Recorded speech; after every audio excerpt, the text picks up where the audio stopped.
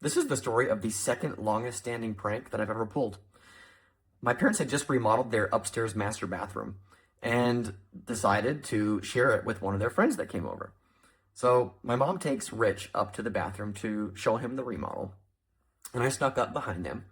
I don't really remember what I was thinking, but I seized the opportunity when I saw it.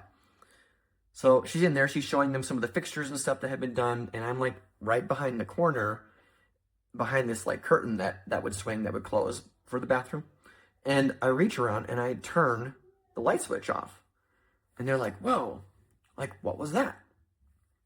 I don't know, maybe it was a ghost.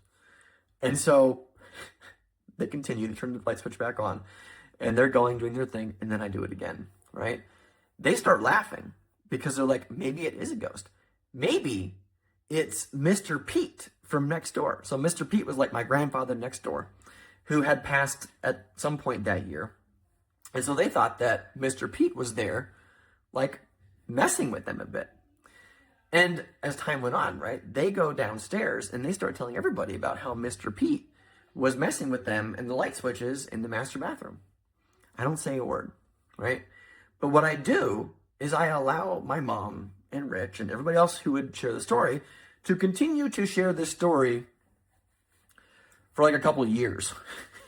So this story gets shared for a couple of years in my presence. Like it's getting shared in places that I'm not around, but it's getting shared over and over, like this ghost story about Mr. Pete.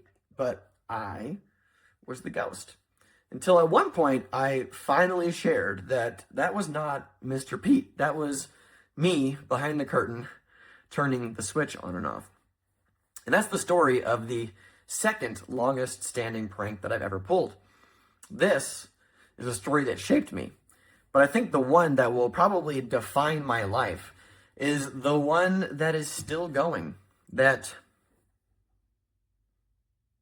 4 people, maybe 5 people know about besides me. That has been going on now for almost 7 years? Something like that. 7-year-long prank. I'm going for 20 with the big reveal. So the 4 or 5 people that I've told and shared it with, y'all better keep quiet because I want this one to go as long as possible because the reveal is going to be totally worth it. This is another story that shaped me. If you know me, you know I'm down for a good prank. I look forward to sharing another story with you tomorrow.